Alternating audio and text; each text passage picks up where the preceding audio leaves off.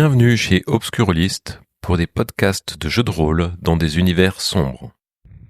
Précédemment, dans la Madone Noire, Irina, Sven et Marcus ont compris qu'ils allaient devoir mettre en place un rituel pour mettre fin à leur maladie.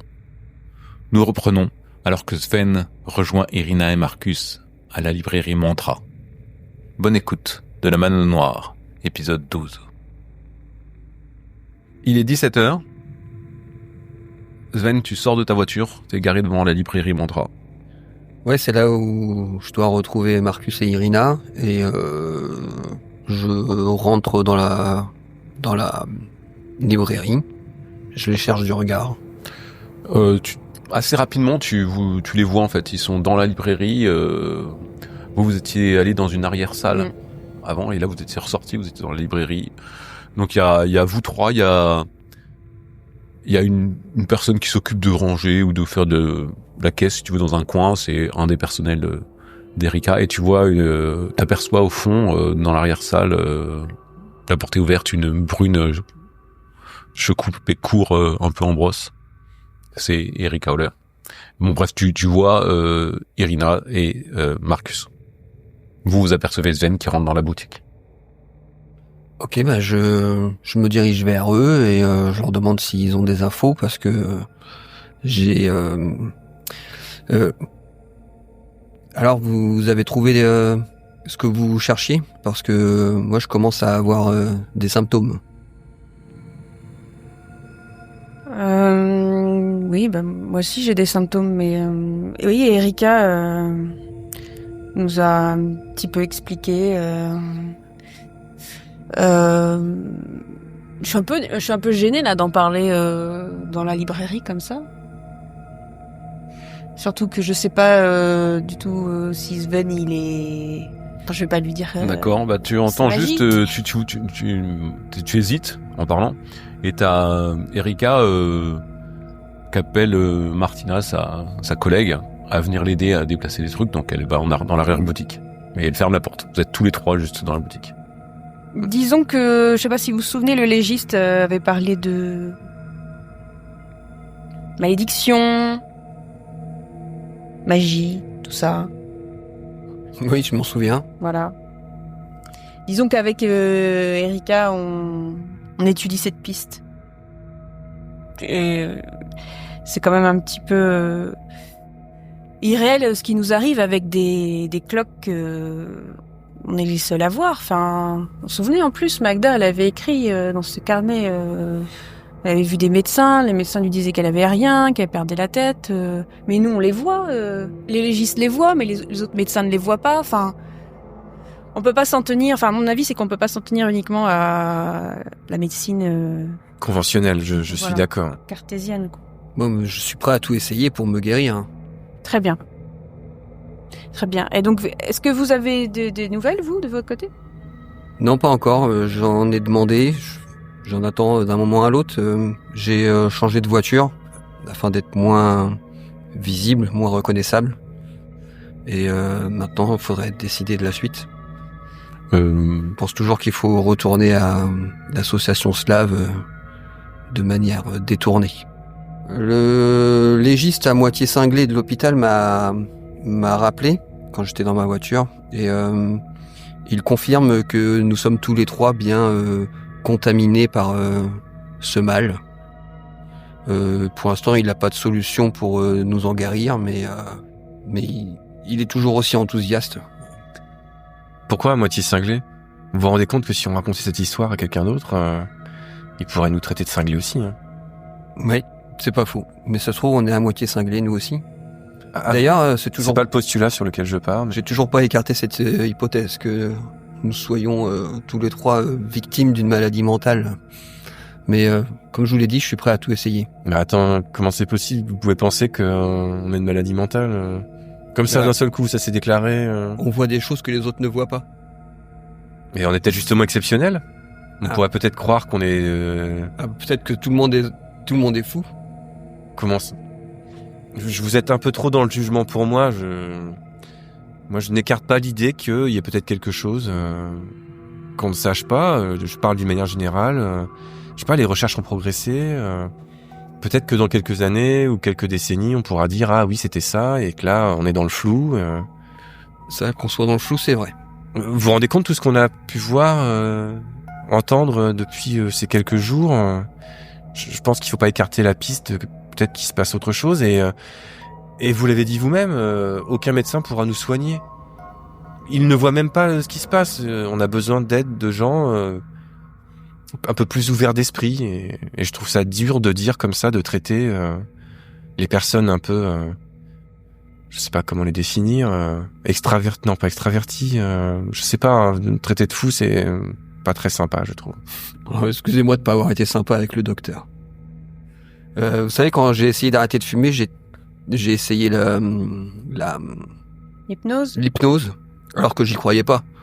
Je suis pas fermé à une solution, disons alternative. Et il paraît que ça fonctionne. Vous avez réussi à arrêter de fumer? Pas du tout. Ah. Moi, j'ai effectivement entendu dire que avec l'hypnose, on pouvait arrêter de fumer. Après, je ne fume pas, donc Moi aussi, je l'ai entendu dire. Mais ça s'est pas avéré efficace sur moi. J'espère que la solution qu'on va trouver le sera. Parce que j'ai quand même pas envie de mourir. J'ai confiance en Irina. Elle m'a l'air très ouverte et experte dans le sujet. Donc Ah oui, vous êtes experte dans le sujet des guérisons magiques, Irina? Plus que nous, en tout cas. Elle a l'air de connaître son sujet. Je comprends pas trop ce que racontent elle et son amie, mais j'ai entièrement confiance. Disons que experte est un bien grand mot. Disons que je m'intéresse au sujet et je pense comme Marcus qu'il faut étudier toutes les possibilités et qu'au pire ça ne fonctionnera pas. Après, je vous rappelle aussi que dans les écrits de Magda, il était question de rituels faits à la S, etc. Hein, donc, oui, c'est vrai. Ça, c'est un petit peu mêlé à notre histoire, même si, effectivement, je comprends, c'est, on va dire, incroyable, mais est-ce que c'est pas incroyable ce qui nous arrive? Non, mais d'accord, on baigne dedans depuis le début de cette affaire. Mais alors, je vais être pratico-pratique. Qu'est-ce qu'il faut? Il faut qu'on aille trouver un animal particulier, un élément particulier. De quoi on a besoin? Mettons-nous au travail. En fait, alors là, tu me vois, je sors un livre qui a l'air ancien. J'ai trouvé ce livre chez Magda, écrit par Philippe Kramer, figurez-vous, qui s'appelle Le pouvoir des rêves. Et pour faire bref, il y a dedans, alors voilà, hein, il faut garder l'esprit ouvert, hein, évidemment, c'est ce que disait Marcus et je suis tout à fait d'accord avec lui. Il y a un chapitre qui s'intitule « Briser les malédictions créées par la puissance des rêves ». Et comment dire, pour simplifier les choses, il y a évidemment tout un rituel, des incantations, etc. Mais il faut surtout trouver les personnes qui sont à l'origine de la malédiction. Et quand je dis trouver, c'est évidemment qu'elles soient physiquement présentes lors du rituel. Et c'est là où ça va commencer à être difficile. Il va falloir qu'à mon avis, on comprenne déjà si les trois, Philippe Kramer, Sacha Pogodine et Monsieur Anton Mahler, sont tous les trois responsables de ce qui nous arrive. Et si c'est le cas, il faudra si j'ai bien compris, qu'on les maîtrise tous les trois pour effectuer le rituel. Mais enfin bon, je pense que là, en fait, il faut déjà comprendre un peu plus ce qui se passe. Moi, ce que j'arrive pas à comprendre, c'est pourquoi déjà on subit... pour moi, une malédiction, c'est pas contagieux. Alors, je comprends pas pourquoi on a ça. Pourquoi les trois hommes, donc ces trois personnes là, Philippe, Anton et Sacha, nous ont regardé bizarrement quand on était présent à Hambourg pour le gala. Enfin, je veux dire, voilà, on a volontairement rien fait contre eux. On a juste croisé Magda. Alors c'est ça que je trouve ça étrange. Pourquoi on est suivi, qu'on est sur écoute. Enfin. Bah après, on a un point commun tous. On n'est pas menaçants. On connaissait tous Magda. Bah oui, mais ce serait pas possible de faire un rituel en disant, je sais pas, tu périras toi, et tous tes amis, toute ta famille, ou je n'y connais rien. Hein. C'est pas possible de faire un espèce de rituel comme ça, qui est une espèce de contagion avec. Et tant qu'on en est aux questions de néophytes, il n'y aurait pas un lancer de runes pour savoir qui est-ce qui nous a lancé cette malédiction? Moi, je sais pas. Non, mais je suis pas... Je suis libraire à la base. Hein. Oui. Donc je m'intéresse à Attaché ça. culturel à la base. Bah justement, c'est quoi votre deuxième compétence? Ma deuxième compétence, je sais pas, ça dépend, vous avez besoin de quoi? Bah écoutez, moi voilà, je suis libraire à plein temps, officieusement. Je m'intéresse beaucoup à l'occultisme et aux rituels de magie. Moi, j'ai pas d'autre centre d'intérêt que mon pays et mon travail. Qu'est-ce que vous m'avez demandé de faire, du coup? C'était pour votre pays ou pour votre travail? Pour les deux. Parce que je sais ce courant du passé de Marcus. Tu vois que là, je blémis. Du passé de Marcus, ça, moi, je n'en sais rien. Mhm. Je sais qu'il a des compétences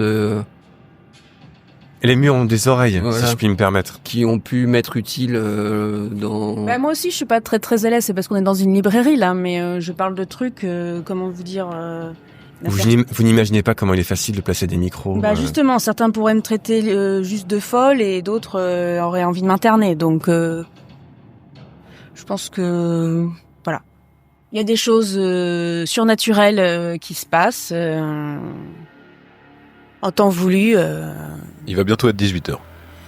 On creusera ça. Le point commun entre les trois, c'est cette association slave Ouais. et Magda. Mm. La piste Magda, désolé Marcus, elle s'est éteinte dans tous les sens du terme. Donc moi je vous propose d'aller visiter cette association slave pour trouver des informations quand il n'y a plus personne. Mais d'ailleurs, c'est bête, mais qu'est-ce qui se passerait si ces personnes décédées, par exemple? On pourrait plus faire le rituel ou ça arrêterait le rituel? Leur corps suffit peut-être. Si leur corps suffit peut-être, leur corps suffit tout court. Désolé, c'est compliqué pour moi, Irina. Moi aussi, en fait, c'est dont je parlais avec Erika, c'est-à-dire que la rédaction du texte est assez obscure. Tu sais, Irina, que, en plus, pour faire écho avec ce que disait le professeur Richter, des ouvrages des auteurs russes, c'est qu'une malédiction, quand elle est lancée. La mort du sorcier ou du mage n'influe pas sur la malédiction. Oui, mais là, je dois avoir les personnes responsables pour faire le rituel. Donc la question, c'est est-ce qu'ils doivent être vivants ou morts? Ou peu importe. Ou entier. Ça, tu sais pas. Oui, je ne sais pas. Mais c'est effectivement une bonne question. C'est La tête suffit peut-être. dans le folklore littéraire ou même cinématographique, il y a des fois, je sais pas, il suffit d'une mèche de cheveux, je veux dire. Ouais. On n'est peut-être pas obligé forcément d'avoir la personne entière. On pourrait leur voler des cheveux ou je ne sais quoi. Ouais. Et juste avec ça, ça pourrait nous aider. Enfin, c'est une question. Hein, j'essaie d'y réfléchir. Bah, il faut capturer le mage du rêve. Il n'y a pas précisé où l'un de ces... Ou même des fois, quand ils font, vous savez, une espèce de poupée vaudou, des fois ils prennent juste un objet à la de la personne. Ouais. Ou, est-ce qu'on a vraiment besoin d'une... Comme vous dites, vous avez raison. Est-ce qu'on a vraiment besoin d'une personne entière? Est-ce qu'on peut pas voler quelque chose? En tout cas, ce que j'aimerais pas, c'est qu'on arrive avec des mèches de cheveux et que rien ne fonctionne. Hein. Oui, mais enfin, vous vous rendez compte que c'est Bah, plutôt compliqué d'amener ces personnes, surtout. Bah oui. Vous entendez du bruit, Erika va sans doute fermer sa boutique. Il y a Zen qui vient de vous faire une proposition. Est-ce que vous voulez pas en être de son expédition? Bah moi je propose qu'on se sépare plus à partir de maintenant. Il faut Alors, absolument qu'on soit tous là pour moi, ce rituel. J'ai quand même... Non, mais là, on va pas faire le rituel. On vous proposait d'aller à l'AS, c'est ça? Oui.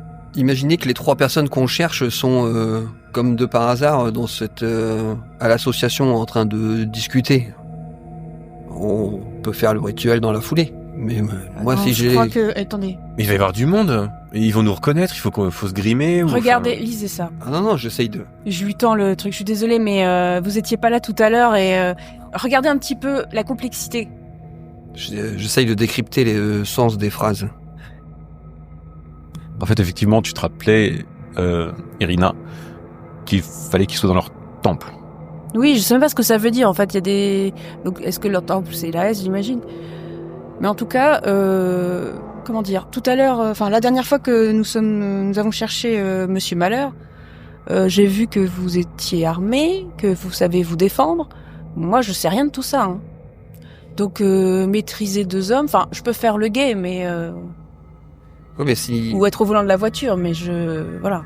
Je voulais plutôt y aller de manière discrète, voire par effraction, pour trouver des informations, et peut-être que j'aurais besoin de vos lumières pour définir si une information est valable ou pas.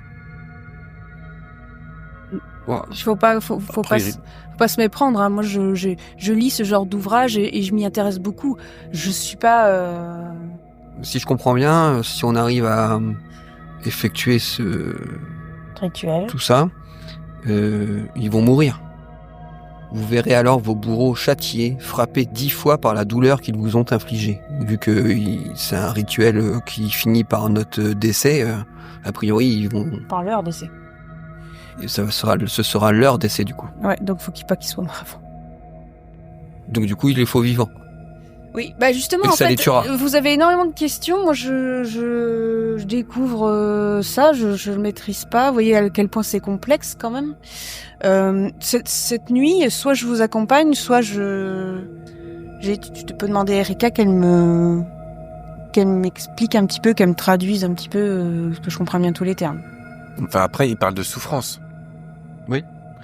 Bah, on souffre pas particulièrement. Ça reste des désagréments pour le moment. Si c'est 10 fois les souffrances qu'on a actuellement, ça va. Ouais, mais ça ne se fait qu'empirer. Ça les tuera peut-être pas. Peut-être pas. Parce qu'effectivement, si après le rituel, il y a en plus 3 cadavres à se débarrasser, enfin c'est... Ouais, et puis je sais pas ce que ça veut dire dans leur temple. Ah, ça veut dire dans là où ils ont exécuté le premier rituel. J'ai fermé la boutique. Donc, oui. Merci beaucoup pour votre accueil. Marcus, vous en êtes ? Oui, j'en suis, oui. Ok. Vous êtes arrivé vers 20h à l'association, quoi, dans la ruelle. Il y a une ruelle, hein, je vous rappelle. Il y a une petite ruelle qui est flanquée de part et d'autre de vieilles bâtisses, et au bout, il y avait un portail qui s'ouvrait sur une cour, et il y avait différentes associations, dont l'association slave. Mais en fait, vous remarquez que les lumières sont encore allumées, comme s'il y avait des gens à l'association. Et est-ce que vous décidez d'attendre dans la voiture qu'il n'y ait plus personne ? Je me sens pas d'y aller comme ça. Donc, finalement, non, je préfère... Moi aussi, je préfère attendre. On va plutôt attendre de les voir sortir, essayer de repérer leur visage. Donc Irina, toi tu t'es mis au volant parce que c'est la position que tu auras après. Vous êtes dans la voiture en train de discuter. Il y a un petit crachin qui tombe. Et c'est vers 23h que les gens vont commencer à sortir. Donc vous avez attendu 2-3 heures dans la voiture, quoi. Donc il y a la buée sur les vitres. Donc vous voyez les gens sortir qui mettent un parapluie, une capuche, un chapeau, ils remontent leur col comme ça parce qu'il y a un petit crachin. T'essaies d'observer les différentes personnes qui sortent. C'est compliqué de voir avec les quelques réverbères qui sont là, à moins de les éclairer avec ta lampe de poche, ce que tu vas ne pas faire, j'imagine. T'as du mal à les repérer. C'est compliqué. Le seul truc que tu peux remarquer, c'est que peut-être que quelques-uns ont une chapka, un chapeau russe, voilà. Tu te rappelles que c'était aussi une association qui regroupait d'anciens Russes expatriés, donc voilà. Donc tu te dis que peut-être ils ont fait leur réunion, ils ont fini leur rôle. Et vers 23h15, t'as l'impression que plus personne va sortir du bâtiment. Là, je me tourne vers Sven. Je suis prêt. Ok, allons-y alors. Vous sortez et vous allez dans cette ruelle. Tu les vois partir. Qu'est-ce que tu penses ? Quel est ton sentiment, Rina ? Comment tu te sens vis-à-vis des deux personnages que tu as vu agir pendant l'épisode chez Malheur ?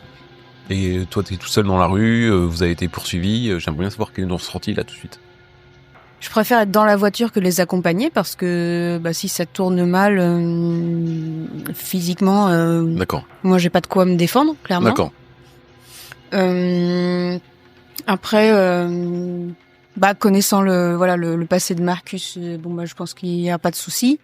J'étais un petit peu vexée que Sven ne souhaite pas être dans la confidence parce que moi j'ai parlé que les rituels occultes, ça me choque pas plus que ça, voire ça m'intéresse, et c'est quand même un sujet sensible où on peut facilement se faire traiter de taré, et c'est assez c'est pas quelque chose que je dis à tout le monde, mais là, face à la situation,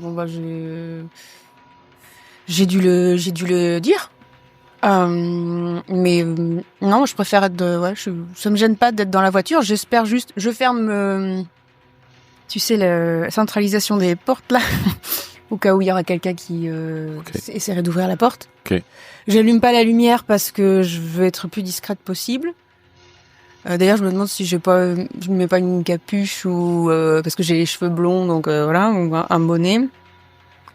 J'espère aussi que personne va, par exemple, casser une vitre et je me dis dans ce cas-là qu'il faudrait que je prenne j'ai que mon stylet pour me défendre. Et puis après, je réfléchis au rituel et je me dis que ça a l'air vraiment, vraiment complexe et ça me fait un peu peur. Ok. Pendant ce temps-là, vous êtes arrivé, vous avez passé le portail rouillé, vous êtes rentré dans la cour et vous êtes devant les locaux de l'association slave. Il y a la porte qui est fermée devant vous. Je regarde un peu autour de nous. Personne... Dans la cour, là, vraiment, c'est mort. Ok. Bah, je me tourne vers Sven, parce que j'ai vu qu'il savait crocheter les portes. Sven, tu peux... Je me dirige vers la porte, voir la fermeture, voir si c'est facile ou si ça va prendre du temps. Est-ce que tu as une capacité quelconque qui te permet de déverrouiller les portes? Non, mais j'ai un flingue. Mais non. Mais je te regarde... Tu sais pas crocheter? Non, je sais pas crocheter. Je vais le faire alors. T'as une capacité pour le faire, c'est ça? Oui. Ok. Donc tu crochettes la porte. Donc du coup je prends ta place près de la porte. Je sors tout ce qui est c'est rossignol, ce genre de choses, des tout petits outils et je crochette la porte sans difficulté. On est loin des compétences techniques que j'ai l'habitude de vous voir faire, Marcus. Je suis un homme multitâche. Je vois ça. Je pense que ce sera pratique. Mais je garde un œil sur lui. Encore un truc que je savais pas sur quelqu'un. Vous rentrez, vous fermez la porte derrière vous, c'est ça? Ok. Montez les quelques marches et vous êtes dans un couloir. Moi, l'objectif, c'est le bureau des secrétaires. C'est là où, a priori, on va trouver des informations utiles sur la position des 3 personnes qu'on cherche. En arrivant en haut des quelques marches, j'arrête Sven avec ma main et j'écoute quelques secondes si j'entends du bruit dans d'autres bureaux. Peut-être qu'il pourrait rester quelqu'un. Et je lève la tête pour surveiller s'il n'y a pas un système d'alarme qui est prévu, des fils qui passent dans le plafond. Effectivement, il y a des fils qui arrivent. Tu vois le boîtier, mais c'est des fils téléphoniques. Donc c'est l'arrivée du téléphone. T'as le boîtier central d'arrivée du téléphone. Il n'y a pas de système d'alarme. La porte était verrouillée. Clairement, il n'y a plus un bruit, plus une lumière. Ok. Donc je regarde à nouveau Sven, je pense que c'est bon, on peut y aller. Et comme il n'y a pas de fenêtre côté cour, je sors une lampe de poche et je sors aussi mon arme que je laisse près de ma main, quoi. Et donc je me dirige vers le petit salon qui donne sur le bureau de la secrétaire. Vous étiez déjà vu. Est-ce qu'on devrait peut-être se séparer, parce que du coup il y a quand même pas mal de pièces. Non, reste avec moi. Ah bon, d'accord. Ok. Juste vérifie de temps en temps derrière moi. Vous avancez dans ce couloir, au bout duquel il y a marqué Association Slave. La porte est pas fermée en fait. C'était la porte d'entrée qui était fermée à clé. La porte, vous pouvez l'ouvrir. Vous retrouvez le hall d'accueil avec les posters de Moscou, Leningrad, la gigantesque plante verte. Et vous apercevez que le rideau qui est ouvert en fait au bout, il y a la salle de conférence. Peut-être qu'il y a du monde qui s'est réuni là peu avant. Peut-être que c'est les gens que vous avez vus. Et d'ailleurs, peut-être même que vous pouvez sentir de certaines ampoules la chaleur en fait, des ampoules qui étaient allumées juste avant. Et puis vous arrivez dans le bureau de la secrétaire. Et il n'y a plus le chat. Parce qu'il y avait un chat qui était là, quand vous étiez arrivé. Un gros chat noir et blanc. Je suis soulagé. Et en fait, il y a pas mal de documents de classeurs de secrétaires et tout ça, quoi, de documents de secrétariat. Mais il y a machine à écrire, mais voilà, il y a rien de particulier que vous notez. Bah, est-ce qu'il y a un meuble à tiroir avec des fichiers triés par ordre alphabétique, par exemple, pour Ok, le nom alors des... tu peux regarder, il y a des archives en fait, donc il y a plein de classeurs qui contiennent des documents officiels. Oui. La cherche une gestion liste comptable, ce genre de choses. Je cherche une liste des membres avec... Il y a la liste des membres, le protocole d'activité, les demandes d'aide financière. Voilà, il y a beaucoup de. C'est très fourni, hein. Ok. Et tu peux faire chercher des indices si tu veux. Tu t'attendais à avoir un classement alphabétique, et il est pas du tout alphabétique. Il est classé. T'as des intercalaires de classement avec des symboles bizarres. Peut-être ça te fait penser à ce que tu vois dans certains magazines sur l'astrologie. D'accord. Voilà, et ils sont classés comme ça par symbole. Et est-ce que je pense que il y a tout dedans? Il y a tous les noms des... Oui, vraisemblablement. Ok. Et sur les premières que je regarde, il y a adresse, numéro de téléphone... Non, c'est juste la liste des membres. Sûrement que ces informations sont ailleurs. Ils doivent bien avoir un moyen de contacter leurs adhérents. J'ai jamais été dans ce genre d'association. Marcus, t'en penses quoi? Je sais pas, peut-être fouiller le bureau de la secrétaire. Peut-être que il y a peut-être une porte, un double fond, quelque chose pour cacher des choses peut-être trop sensibles. Oui, peut-être. J'essaie de fouiller le bureau, je m'assieds à la place d'Elga. C'était Alors, Elga, hein. Ouais, Elga, elle est assez grande, donc en fait t'as pas trop de mal t'as pas besoin de régler le siège ou quoi que ce Je soit. règle surtout pas le siège. Tu reconnais le petit papier autocollant qui est sur son bureau où il y a le numéro que tu avais donné pour qu'elle puisse te rappeler avec contacter Monsieur Kramer. Elle a noté quelque chose d'autre ou non? Elle a noté les informations que tu lui avais données. Je sais pas, je fouille dans ses tiroirs, sous son bureau. Bah, il y a une agrafeuse, des stylos, un ciseau, une paire de ciseaux, du scotch.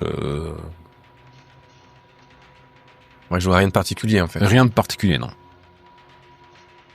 C'est des stylos de couleur? Oui, mais séparés en fait. Ils sont séparés? Ouais. Il me prend l'envie folle de modifier les couleurs et d'interchanger toutes les couleurs dans tous les crayons. Elle m'a tellement énervé que... Mais bon, je me retiens de faire cette chose un peu bizarre. Sven me regarderait bizarrement s'il me voyait faire. Du coup, je me retourne, je fais, je sais pas, Sven, on peut peut-être fouiller une autre pièce, sinon... Ouais, C'est des signes astrologiques, c'est quoi les symboles? Je regarde, c'est quoi? C'est des symboles grecs, des signes astrologiques? oh, j'avais pas remarqué, je sais pas. Alchimie, Oui, c'est bizarre. Ouais. occulte, je sais pas. Peut-être les noter quand même, c'est peut-être important, non? Bah, on peut prendre on a qu'à le prendre. Mais il y en a combien de différents des symboles? Peut-être 8. C'est des grades? Tu penses qu'il y a une hiérarchie avec des grades dans le... Je sais pas, on le prend. Ouais, je prends un crayon, un papier, et je note les 8 symboles. D'accord.